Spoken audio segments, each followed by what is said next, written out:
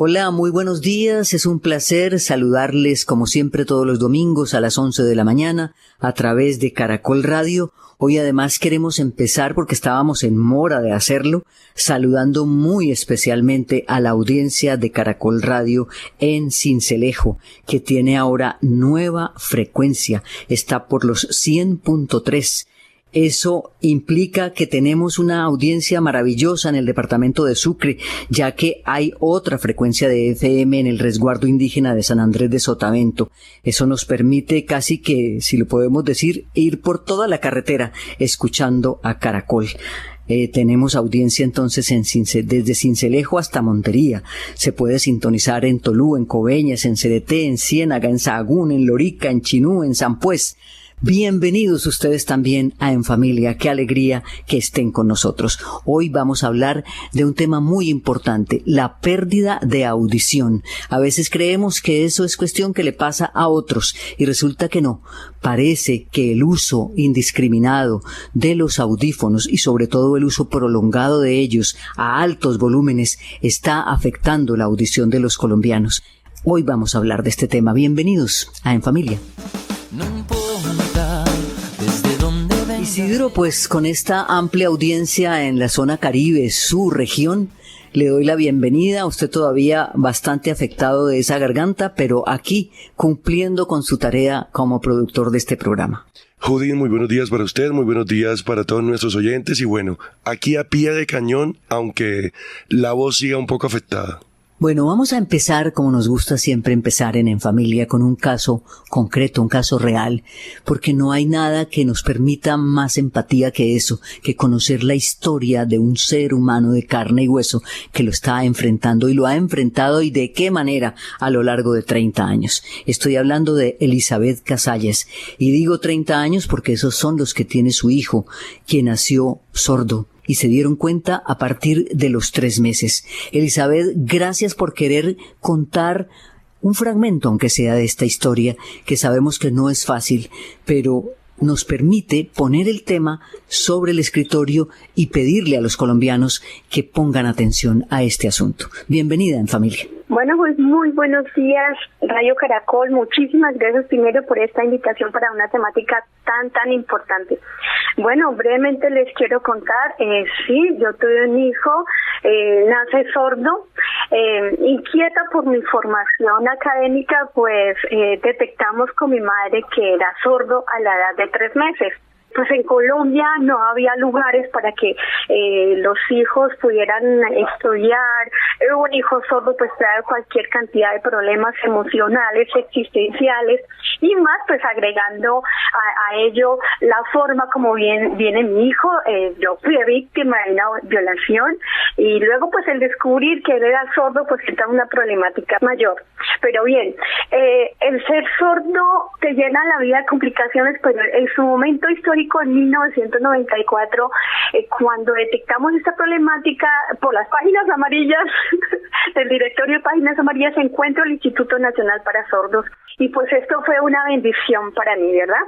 Porque se vive una problemática que como familia no superamos, le echamos la culpa a Dios, a muchas cosas de la vida, pero se logra superar y el Instituto Nacional para Sordos nos brinda la oportunidad en ese momento de ingresar para aprender, conocer de la sordera, nos da las bases para aprendernos a comunicar con nuestros hijos, aun cuando en Colombia no había sido aprobada todavía la ley 324 que nos habla de la aprobación como lengua propia de la comunidad sorda, la lengua de señas. Entonces esto se convierte en una problemática mayor, pero definitivamente veo que era la única opción que tenía yo como madre de familia de atender al llamado tan importante que nos hacía INSOR de aprender la lengua de señas. Si bien en ese momento histórico se preocupaban por las terapias verbotonales y entre otras para llevar al niño, como siempre tradicionalmente en la historia del sordo, ser obligado a acomodarse al ciudadano común, que es el oyente, la sociedad mayoritaria. Yo no veía a mi hijo allí porque mi hijo tiene sordera bilateral neurosensorial profunda y se alejaba de todas las posibilidades de la ciencia médica. indagué sobre el implante coclear y vi que no era una opción para él. Utilizó muchos años los audífonos y finalmente tomé la decisión de formarme y aprender de discapacidad auditiva, entre otras, y permitir que él tomara la decisión en el momento que considerara si continuaba o no con los audífonos. Aunque muchas personas les ha servido mucho el implante coclear, yo considero que no, por las características que había aprendido a conocer de la sordera de mi hijo. Entonces, allí empieza la preparación de aprender con personas sordas la lengua de señas, puesto que vi que era una de las principales herramientas, uno, que me iba a permitir la comunicación directa con mi hijo, que lograra yo comprender sus sentimientos, sus ideas, sus necesidades, sus sueños, y no dejarle a otros la tarea tan importante como el reconocimiento de la familia, del amor, de la norma, del equilibrio, que nos iba a ayudar a formarlo como un ser humano, aceptándose a sí mismo y reconociéndose como parte de una comunidad, aunque es minoritaria, orgulloso de ser parte de esa comunidad, luchador. Y posteriormente, pues, la enseñanza de la lengua escrita. Así ingresa pues a estudiar su primaria, posteriormente su bachillerato y luego la universidad. Es un joven que logra hacer licenciatura en educación física y deportes, trabajar en algunos escenarios educativos.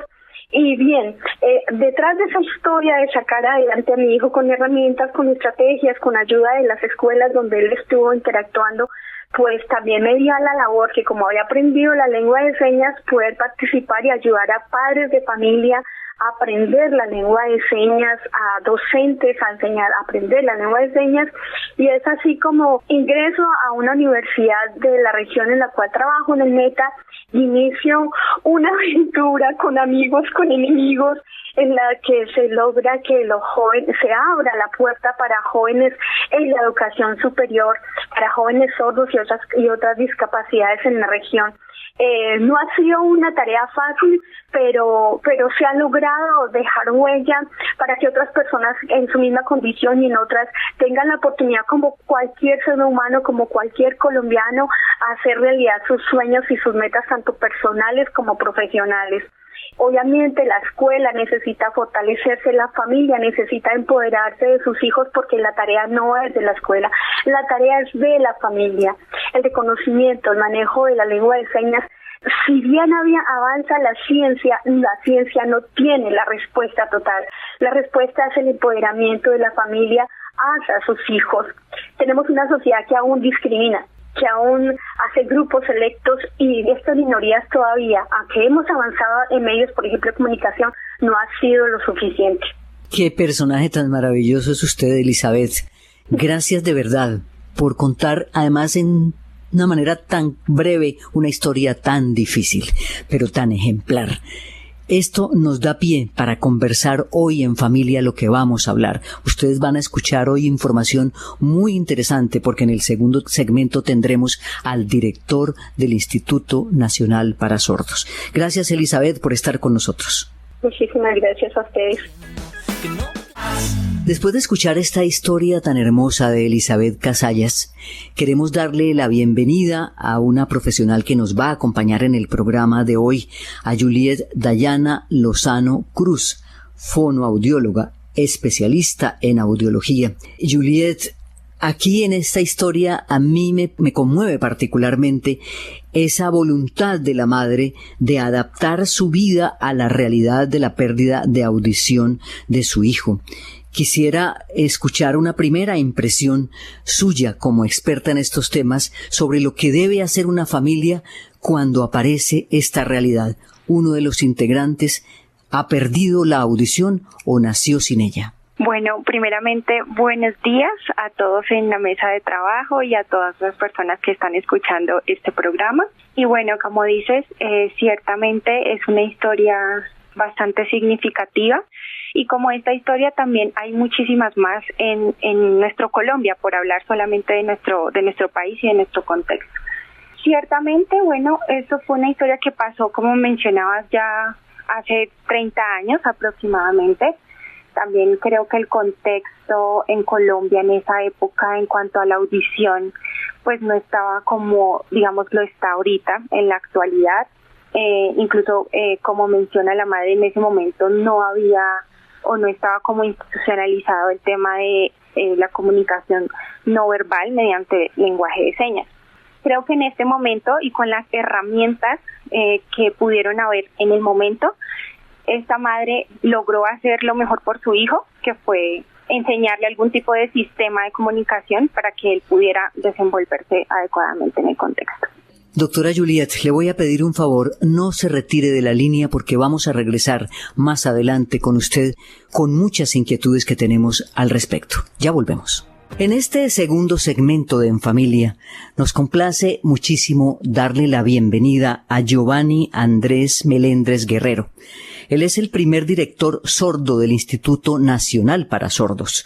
Giovanni es lingüista de la Universidad Nacional de Colombia, magíster en educación, con énfasis en comunicación intercultural, etnoeducación y diversidad de la Universidad Distrital Francisco José de Caldas. Tiene mucha experiencia en estos temas de la situación de los sordos en Colombia. Se desempeñó como presidente de Sordebog y formó parte del consejo directivo de la Federación de Asociaciones de Personas con Problemas Auditivos, FENASCOL. De modo que quiero, doctor Giovanni, lo primero, agradecerle su presencia y explicarle a la audiencia que vamos a hacer esta entrevista justamente apoyados en intérpretes de lengua de señas colombiana. Evelyn Guzmán y David Burgos estarán con nosotros. La voz que ustedes van a escuchar es la de David Burgos. Bienvenido, doctor Melendres. Gracias por estar con nosotros en Familia. Bueno, primero un saludo a todos los oyentes de este programa radial. Un saludo muy especial también, Judith. Muchísimas gracias por la invitación a este espacio desde el Instituto Nacional para Sordos Sin SOR. Muy prestos también a compartir las diferentes inquietudes que tengan para que toda la población y las personas y las familias pues se acerquen un poco a este tema. Soy una persona sorda, usuaria de lengua de señas colombiana, a través de una comunicación que es visogestual, que se da a través de las manos, la gestualidad, la corporalidad, y esta información es la que está transmitiendo el intérprete que ustedes escuchan en este momento, que es la voz que se presta para que todos los oyentes pues puedan acceder a la información que estoy dando yo en este momento en lengua de señas. Decíamos al comienzo del programa que nos motivó muchísimo a hacer este encuentro de hoy una información que recibimos recientemente según la cual en Bogotá ha habido un aumento del 28% de los casos de hipoacusia. De modo que lo primero que quiero, doctor Melendres, es saber cuál es la realidad en Colombia de la población sorda. ¿Qué cantidad de personas tienen esta dificultad? Y sobre todo, quienes tienen hipoacusia, quienes tienen pérdida total o parcial de la capacidad de escucha, ¿son todos candidatos a acceder a la tecnología como los implantes cocleares, como los audífonos, o definitivamente no a todo el mundo le sirve esta tecnología? Bien, es una pregunta bastante interesante, pero a su vez también muy amplia. Antes de esto, quisiera mencionarles la ley 982. A través de esta ley se reconoce a la población sorda en el país.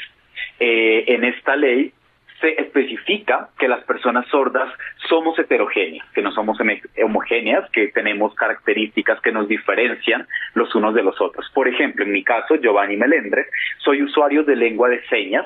Soy una persona sorda bilingüe también porque accedí al español escrito y lo manejo adecuadamente. No el español oral, quizás unos códigos que me permiten muy sencillos para de pronto comunicarme, pero sí el español escrito, y soy usuario de la lengua de señas colombiana. Hay personas sordas también que son usuarias del español oral para comunicarse. Hay personas sordas que han tenido procesos de ensordecimiento a lo largo de su edad que hablan de forma oral, pero que se comunican quizás no a través de lengua de señas, sino a través del español oral y con el uso de algunos apoyos auditivos como pueden ser el implante o el audífono. Hay otras personas sordas dentro de la comunidad sorda que no son usuarias de lengua de señas, sino que han creado unos códigos caseros que les permite comunicarse en sus contextos y en sus entornos cercanos, con sus familias o sus vecinos, y pues que no han tenido unos procesos específicos de adquisición de lengua. Entonces hay diferentes variables dentro de la comunidad sorda. Y las personas sordas, bilingües, usuarios tanto de lengua de señas como del español, bien sea escrito u oral. Entonces la comunidad de personas sordas es bastante heterogénea. Y esa diversidad está reconocida en la normativa y en el marco legal. De momento, y teniendo en cuenta el referente de la Encuesta Nacional de Calidad de Vida, y si nos remitimos a esta fuente de información, hablamos de aproximadamente 450,000 personas sordas en el país, en Colombia. Esto quiere decir que hay una población bastante amplia a nivel nacional de personas sordas. Y hay que tener en cuenta que si hablamos de personas con discapacidad y de las 7 categorías de discapacidad, esto representa aproximadamente el 2% de la población en general. Esto quiere decir que de este porcentaje contamos aquí con personas que tienen o presentan la discapacidad auditiva, que sería menos del 1% aproximadamente del total de todas las personas con discapacidad. Ahora, con relación al tema del implante coclear o el tema de los apoyos auditivos como los audífonos, pues no son para todos y el enfoque ha ido cambiando porque esto depende y obedece a las características de cada persona sorda y de las habilidades o competencias que tenga. Por ejemplo, hace muchísimo tiempo cuando yo era pequeño era usuario de audífono. Dejé de usarlo porque lo único que me permitía era recibir algunos estímulos auditivos o ruidos fuertes que no tenían algún sentido para mí de forma cognitiva. Como le he comentado anteriormente, hay personas que ensordecidas, que quizás para ellos sí funcione un apoyo auditivo como puede ser un implante coclear o un audífono. Entonces, estos criterios van a depender también de las características y particularidades de cada persona sorda dentro de la comunidad. Qué interesante, doctor Melendres, porque no solamente usted nos está haciendo ver que es un asunto de elección médica, es decir, quién es candidato y quién no es candidato a utilizar determinado apoyo tecnológico, sino que también hay una parte importantísima de la libertad y de la autonomía de la persona, como en su caso que renunció al audífono.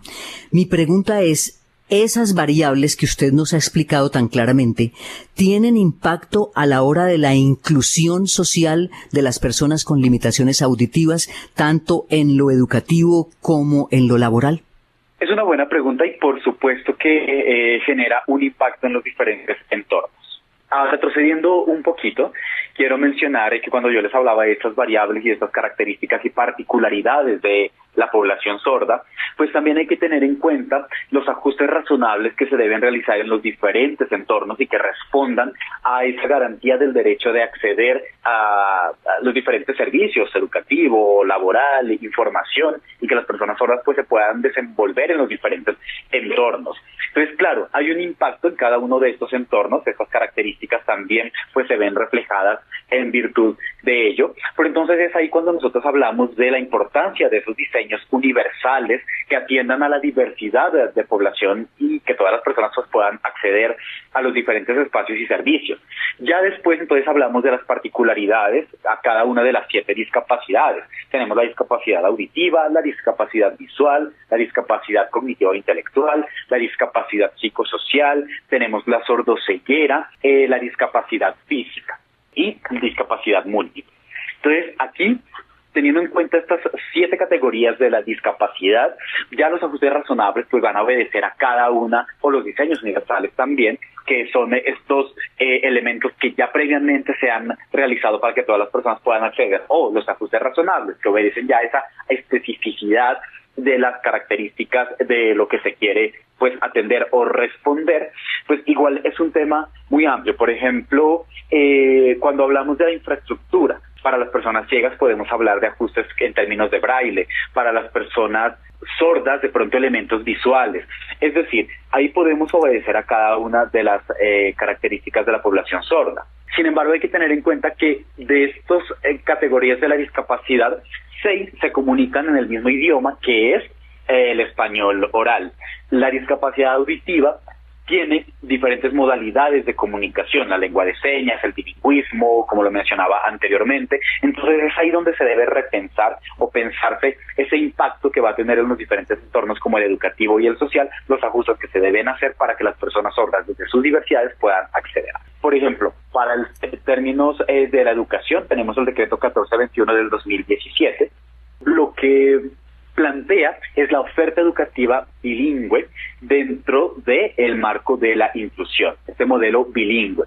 Y es ahí donde si bien plantea 4 ofertas, es decir, la oferta general, donde todas las personas acceden al servicio educativo, las personas sordas, quizás son usuarias de implante coclear o que tienen procesos de oralización, pues pueden acceder a esta oferta general sin los ajustes o los apoyos que tienen que ver específicamente con la lengua de señas. Aquí en la oferta general no están contemplados estos apoyos. Tenemos otra oferta que es la oferta domiciliaria hospitalaria, que tiene que ver más que todo con algunos aspectos, más que todo desde cuando, por ejemplo, personas por alguna situación no pueden salir de su casa o no pueden dirigirse a un centro educativo, entonces la atención se da desde el hospitalario, desde lo domiciliario. Entonces son unas características particulares de esta oferta. Tenemos una oferta educativa para adultos, entonces son esas personas en extra edad que acceden a sus servicios educativos con todo lo que requieren o que por alguna particularidad histórica no han podido acceder a la educación en los tiempos pertinentes. Está la educación para adultos. Y la cuarta oferta, bilingüe bicultural para sordos. Esta oferta sí contempla todos los apoyos pedagógicos específicos que requiere una persona sorda, como es el intérprete de lengua de señas, el docente bilingüe, el modelo lingüístico, el docente de español como segunda lengua. Aquí sí se contemplan todos los ajustes pertinentes para que la persona sorda pues pueda acceder a la educación con estos apoyos y con su derecho además acceder a la lengua que le permita interactuar y desarrollarse como lo haría cualquier estudiante. Entonces, esto en el contexto educativo. Nosotros desde el MINSOR seguimos asesorando, seguimos promoviendo y cualificando a los actores del sistema educativo a nivel nacional, pues para esta implementación y que las personas sordas y tanto secretarías de educación como instituciones educativas pues contemplen esos apoyos, los implementen y las personas sordas puedan acceder. Pero, por ejemplo, si tú me preguntabas también del contexto laboral, tenemos el decreto 2011 del año 2017 y este decreto lo que menciona es la inclusión laboral de las personas con discapacidad. Es importante mencionar que claro que las personas con discapacidad tienen derecho a acceder al campo laboral para su desarrollo integral y satisfacer pues sus necesidades básicas. Para ello se requiere realizar los ajustes también en los entornos laborales y pues permitir que las personas con discapacidad puedan acceder. A través de estos ajustes, entonces las personas con discapacidad, de las 7 discapacidades, como lo mencionaba, pues podrán acceder al campo laboral. La realidad es que el porcentaje más alto de inclusión laboral será con las personas ciegas y con las personas con discapacidad física. Con las personas sordas es muy bajo el porcentaje de inclusión laboral, precisamente por la barrera o el factor comunicativo que se presenta. Y aquí les pongo un ejemplo. Si se presenta un candidato ciego, pero pues su comunicación se da a través del español oral, o una persona con discapacidad física y su comunicación se da a través del español oral. Y si se presenta también a la par un candidato sordo, usuario de lengua de señas colombiana, y presentan los tres su hoja de vida, pues muchas veces las empresas van a contemplar factores económicos, de ajustes razonables, de cómo solventar quizás algunas barreras, y dirán, bueno, con la persona ciega pues implemento algunos programas o unos software especiales, de pronto la infraestructura no puede ser tan complicada de solventar, pero si contrato una persona sorda voy a tener también que contratar un intérprete, vamos a tener que contratar lengua de señas, aquí el factor de la lengua pues se configura en una particularidad bastante importante, entonces lo ven quizás como una barrera. Aquí la invitación es a que las empresas pues puedan también equilibrar un poco los porcentajes y que también se incluya a las personas con discapacidad, pero en específico también a las personas sordas que puedan acceder al campo laboral. Y también tenemos por su parte la ley de cuotas. Pues si cumplen esta ley de cuotas, pues se configuran en un modelo de inclusión laboral a nivel nacional. Entonces la sugerencia y la recomendación a todas las empresas y a los empleadores es a que puedan garantizar la inclusión de las personas con discapacidad en el contexto laboral. Pues la verdad aquí podríamos quedarnos conversando todo el programa, doctor Melendres, pero pues infortunadamente el tiempo en radio no nos lo permite. Creo que ha sido muy ilustrativa esta conversación y ese último llamado, qué importante. Miren todos los esfuerzos que se hacen desde la ciencia, desde la tecnología, desde la institucionalidad, desde el Congreso, desde muchas partes se hacen esfuerzos para que exista verdaderamente una sociedad incluyente e inclusiva, pero no solamente con estar escrito es suficiente. Hay que hacer ese cambio cultural que nos está pidiendo el director del INSOR, que la legislación de la inclusión se haga realidad en la vida cotidiana de las personas. Le agradecemos muchísimo Giovanni Andrés Melendres Guerrero, director del INSOR, por esta entrevista y por supuesto gracias a Evelyn Guzmán y a David Burgos que nos están haciendo la interpretación en el lenguaje de señas. Si me lo permites, quisiera concluir con algo. Yo sé que estamos cerrando y no me puedo ampliar mucho. Me disculpo con ustedes y con todos los oyentes, pero solamente quisiera mencionar algo. Y es que el Instituto Nacional para Sordos INSOR, si ustedes tienen alguna duda, alguna inquietud con implementación de la norma, de cómo se deben realizar los ajustes y demás, brindamos nosotros la asesoría pertinente. Somos una entidad del Estado, somos una entidad gubernamental y estamos para eso, para brindarle la asesoría a quien tenga alguna duda o inquietud con relación a la implementación en temas de inclusión y de las políticas públicas. Muchísimas gracias a ustedes por este espacio. Muy amables por la invitación. Un saludo para todos. Hasta luego. Bueno, pues ahora está con nosotros Mariana Salamanca. Es una chica muy joven, apenas 23 años, y está ya a punto de graduarse como cineasta en la Universidad Central. Pues resulta que Mariana perdió la audición cuando tenía apenas 5 años. No se supo la causa, empezó perdiendo la audición gradualmente y a los 8 años la perdió definitivamente. Pero no quiero seguir yo contando la historia, quiero que sea ella, porque después de una larga lucha y después de una demostración de gran resiliencia, de gran capacidad de superarse, está hoy a punto, como dije, de recibir su grado como profesional. Mariana, bienvenida en familia, qué alegría contar con tu presencia. Hola a todos, ¿cómo están? Muchísimas gracias por invitarme a contar aquí mi historia. Gracias a ti por esa introducción tan bonita. Bueno, esto que yo conté de tu primera infancia, ¿qué tan vivo lo tienes tú en la memoria? ¿Desde qué momento recuerdas ese camino que has tenido que recorrer para hoy en día poder estar escuchándome y hablando? Realmente yo me acuerdo de todo súper bien, me acuerdo de los gestos, de las acciones, de todo lo que hacía cuando era pequeña al no escuchar. También recuerdo muy bien cómo intentaba comunicarme con mis papás, con mis amigos, con las personas del colegio, porque obviamente no fue un proceso fácil. Entonces como que esas cosas marcaron muchísimo mi vida, que yo pensaba que iba a ser de manera pues permanente la pérdida auditiva. Pero pues afortunadamente hoy estoy aquí escuchándote perfectamente y he logrado comunicarme pues bastante bien. Recordemos entonces de esa etapa en donde todavía no escuchabas.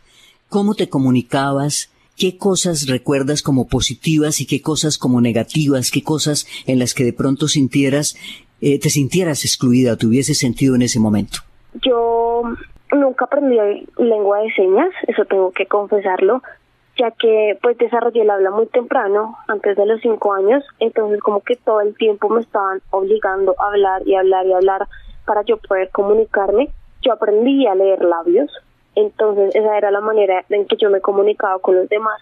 Las personas me hablaban, me vocalizaban bastante bien y yo lograba como entender lo que ellos decían y les respondía hablando. Entonces como que inicialmente esa fue como mi solución para lograr salir adelante, para terminar mi primaria, que fue como el proceso, digamos, más difícil, ya que en ese momento pues me la pasaba en cita médica, me la pasaba en controles. Afortunadamente me fue súper bien en el colegio y mis habilidades para leer los labios se desarrollaron muchísimo más. Bueno, y a los 14 años, y voy a dar este salto porque creo que ese salto definitivamente parte en dos la vida de Mariana, ¿no es cierto? Sí, total. Cuando cumplí 14 años tuve mi primera cirugía de implante coclear. A mí me operaron aquí en Bogotá, en la Clínica Colombia, y pues obviamente fue sorprendente porque pues yo tenía las expectativas muy altas, ¿no? Al principio pensé que iba a escuchar divinamente, pero apenas me activaron el implante no fue así. Fue algo decepcionante porque tenía que empezar a escuchar de cero. De cero. Es decir, como que olvidar todo lo que se había vivido y empezar de nuevo después del implante. ¿Quieres decir eso? Exactamente. O sea, cuando yo creía conocer ciertos sonidos o ciertas cosas, apenas me implantaron, se me tuvo que olvidar pues todo eso. Entonces, tuve que aprender de nuevo pues a escuchar los nuevos sonidos, a aprendérmelos, a memorizarlos, porque pues todo sonaba súper diferente, hasta mi propia voz. Claro.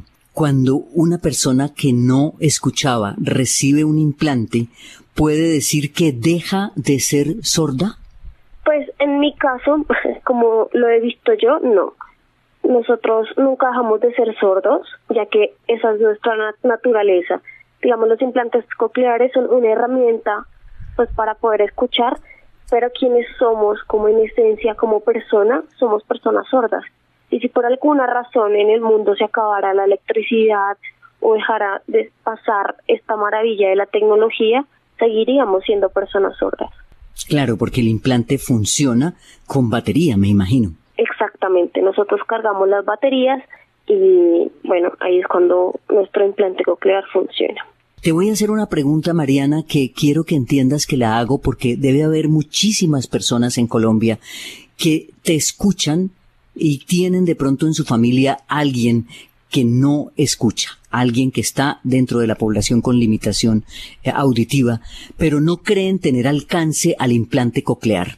¿Qué tan fácil es lograr eso? Y entiendo además que no es para todos los casos, pero ¿qué tan fácil fue para ti, para tu familia, acceder a esta tecnología? Bueno, acceder a los implantes cocleares en Colombia no es un proceso tan difícil. Yo lo hice a través de la EPS Sanitas. Obviamente es un estudio bastante largo porque, como tú decías, no todos los casos son viables para un implante coclear. Entonces me empezaron haciendo resonancias magnéticas, potenciales evocados, bueno, bastantes exámenes, los cuales determinaban si era candidata o no a los implantes cocleares.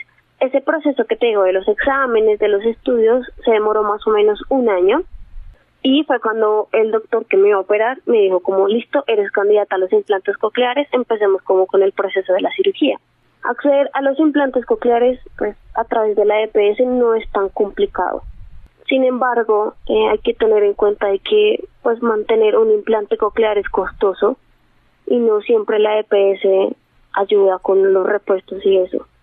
Entonces a veces es como una desilusión bastante grande porque he conocido familias que se les daña el procesador y van a la EPS pues solicitando como un cambio de la pieza y no lo hacen. Y pues pagarlo por cuenta de uno sí es bastante caro. Entonces siento que se le faltó al sistema de salud como ayudarnos como en el tema de los repuestos, porque al ser un aparato electrónico claramente tiene sus daños. Mariana, ¿y en algún momento se ha sentido discriminada, digamos, en el colegio o a nivel laboral? Sí, es algo que vivo hasta el día de hoy. En el colegio fui víctima de acoso sexual, de bullying, de todas las formas de acoso posibles, ya que obviamente piensan que nosotros al tener una discapacidad o una condición somos menos que los demás y somos más fáciles como de manipular para ciertos tipos de acosos. Entonces ha sido como muy difícil y ahorita que entré a mi vida laboral pues tuve un rechazo bastante grande que me marcó. Fue porque me negaron un puesto en la industria cinematográfica por ser sorda. Es algo como que aún sigo procesando, que aún me duele, porque no importa las habilidades que tenga, los proyectos que haya realizado, me rechazaron porque soy sorda. Entonces eso es algo como que no se ha ido por completo de este mundo. Al final la discriminación sigue siendo bastante grande.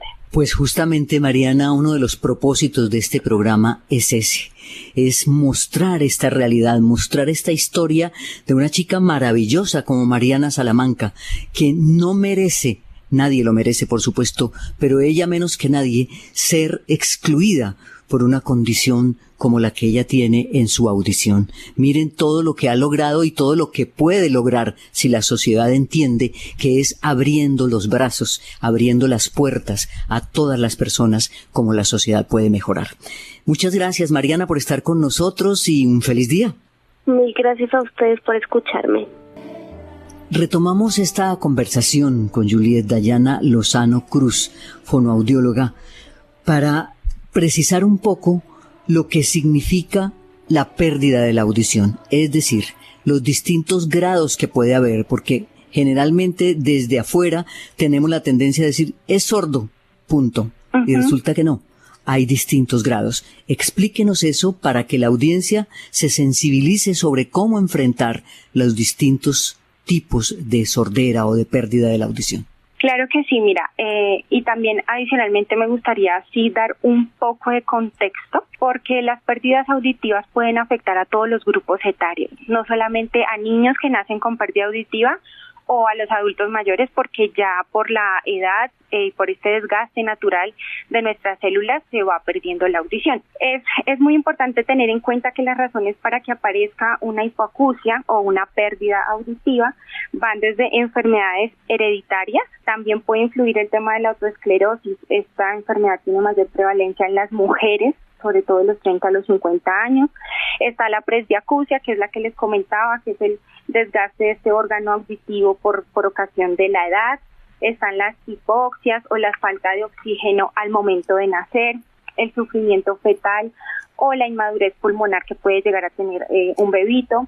También la exposición prolongada al ruido, incluso también el consumo de ciertos medicamentos que podemos estar consumiendo para, digamos, mejorar algún área de nuestra vida, pero lo que no sabemos es que pueden tener estos componentes ototóxicos que pueden llegar a afectar nuestro órgano de la audición. Así pues como también las personas que por su trabajo tienen exposición constante a ruido pueden llegar a tener una pérdida auditiva. Respondiendo puntualmente a lo que tú me preguntabas, ciertamente las pérdidas auditivas son diferentes. No va a ser siempre el mismo diagnóstico de está sordo o tiene una hipoacusia. Estas tienen nombre y apellido. Pueden ser de tipo conductivo, pueden ser de tipo neurosensorial o pueden ser mixtas. Es decir, que tienen un componente tanto conductivo como neurosensorial. Cuando yo digo conductivo, hace referencia a la conducción del sonido. Entonces, hay algo que está afectando, ya sea en el oído externo o en el oído medio, la conducción del sonido. Cuando hablamos de neurosensorial es porque este daño ya está puntualmente en el oído interno, está afectando nuestro órgano de la audición, está afectando nuestras células ciliadas o nervio auditivo, o sea, está más hacia la parte interna. También, cuando digo nombre y apellido, es porque pueden tener diversos grados de afectación. Entonces, pueden ser leves, moderadas, severas, profundas, o ya pues cuando hablamos de un oído totalmente cofótico que no escucha. Adicionalmente, también es muy importante tener en cuenta que el diagnóstico puede ser unilateral o bilateral. A veces hay personas con pérdidas auditivas profundas unilaterales, es decir, que solamente hay un oído que está afectado y el otro, digamos, tiene audición normal. Juliet, hace un momento conversamos con el director del INSOR, que es además una persona con limitación auditiva, y nos explicaba cómo no todas las personas son candidatas, digamos, a las ayudas auditivas, y entre otras cosas nos mencionaba la autonomía del paciente en decir quiero o no quiero acceder a esa tecnología. En su caso, como experta fonoaudióloga, ¿nos puede aclarar eso? Es decir, no todas las personas pueden o deben acceder a este tipo de tecnologías para mejorar su situación. Bueno, este es un tema bastante importante, ya que lo mencionas. Ciertamente, como les venía comentando, no todas las pérdidas auditivas son iguales, ¿verdad? Entonces hay que partir del diagnóstico. Teniendo en cuenta este diagnóstico, nosotros podemos hablar de una candidatura para X o Y solución auditiva. Actualmente en el mercado y sobre todo ahora en este momento que la tecnología ha avanzado tanto, existen diversos tipos de soluciones auditivas. Tenemos las soluciones auditivas implantables, que son mediante cirugía, y algunas soluciones auditivas no implantables. Teniendo en cuenta el diagnóstico de cada persona, Entonces su otorrino con la subespecialidad en otología le va a hacer la sugerencia al paciente y le va a decir, para su pérdida auditiva, en el mercado están estas soluciones auditivas que pueden ayudar. Pero ciertamente lo que el director del INSOR decía es cierto, esto también depende de la persona. O sea, está ahí una amplia gama, la persona decide si quiere someterse a una cirugía, si de pronto la candidatura le sirve para una solución auditiva que no sea implantable, entonces puede funcionar de pronto un audífono con esta pérdida auditiva, algún dispositivo de conducción pasiva, habría que mirar. Pero esto depende de cada caso especial. Por eso es importante que la persona tenga su diagnóstico, asista con su otólogo y estando allí tome la decisión calmadamente. Y finalmente, Juliet, para la población en general, quiero unas palabras que tengan que ver con la prevención. A veces no somos conscientes de la importancia del oído, no lo chequeamos, hacemos cosas que no se deben, tenemos profesiones que son de más alto riesgo. Quizás nos quisiera usted, en el cierre ya de En Familia, hacer como este llamado a otras personas que no tienen en este momento problemas auditivos, pero podrían llegar a tenerlos si no ponemos atención. Claro que sí, bueno, podrían ser algunos 5 tips. El primero es siempre manejar un volumen seguro para proteger nuestra audición, aplicar la regla del 60-60. Vamos a escuchar música o cualquier contenido de audio a no más de 60% de volumen y a no más de 60 minutos al día. Si ya llevan más de 60 minutos con los auriculares, escuchando música, haciendo sus actividades, es mejor que ya lo suspendamos. Segundo, la protección auditiva. Esta pues tiene varias formas, incluyendo tapones de oídos, hay auriculares de protección, incluso si ustedes sienten que de pronto en su trabajo o por los sitios donde pasan, donde transitan hay demasiado ruido, pueden mandarlos a hacer. Existen algunos que están hechos a la medida y que no son desechables, pueden tener varios usos y nos van a generar una protección auditiva. El tercero podría ser la limpieza adecuada. Una buena higiene auditiva es fundamental para mantener la salud de nuestros oídos. Recordar siempre no estarnos introduciendo en ningún tipo de objeto dentro de los oídos. Este tema de los copitos, si sienten de pronto sí que es necesario hacerlo, pero de forma muy suave, haciendo barridos en la parte más externa, nunca introduciéndolo con fuerza por el conducto auditivo. También en cuanto a la limpieza adecuada es muy importante hacerles la recomendación de que eviten estarse haciendo lavados auditivos constantemente. Estos realmente llegan a ser riesgosos y si la persona que los hace no tiene la experticia adecuada puede desencadenar otro tipo de molestias y de factores asociados a nuestra salud. Otro podría ser evitar también la acumulación de agua, secarnos muy bien después de bañarnos con la misma toallita de nuestro cuerpo, mantener sequita la área del pabellón auricular y por último y no menos importante, realizar chequeos auditivos regulares. Debemos hacernos exámenes auditivos al menos una vez al año y sobre todo si ya somos personas mayores o llegando a esto que nosotros consideramos ser adulto mayor, sobre los 60 años, porque aquí ya hay un factor de riesgo. Incluso si también son niños que de pronto han tenido estos temas de otitis a repetición, si ustedes sienten que han tenido algún síntoma auditivo, con mayor razón, exámenes auditivos anuales. Bueno, es Juliet Dayana Lozano Cruz, fonoaudióloga, especialista en audiología, profesional con énfasis en lenguaje, habla y audición, con quien hemos cerrado hoy nuestro En Familia, que esperamos haya resultado de mucha utilidad. En nuestro caso creo que salimos de un montón de dudas. Qué importante. Hoy no estuvo tan presente nuestro querido Isidro Díaz. Está ahí al otro lado del micrófono, pero sigue afectado de su voz, de modo que lo perdonamos por hoy. Les agradecemos muchísimo a ustedes que nos hayan acompañado desde sus hogares, que estén siempre conectados a En Familia. Juliet, muchas gracias a ti por tu participación y a ustedes en sus casas, pues acuérdense que hay que quedarse aquí en Caracol Radio porque ahora vienen las noticias. Instituto Nacional para Sordos, INSOR.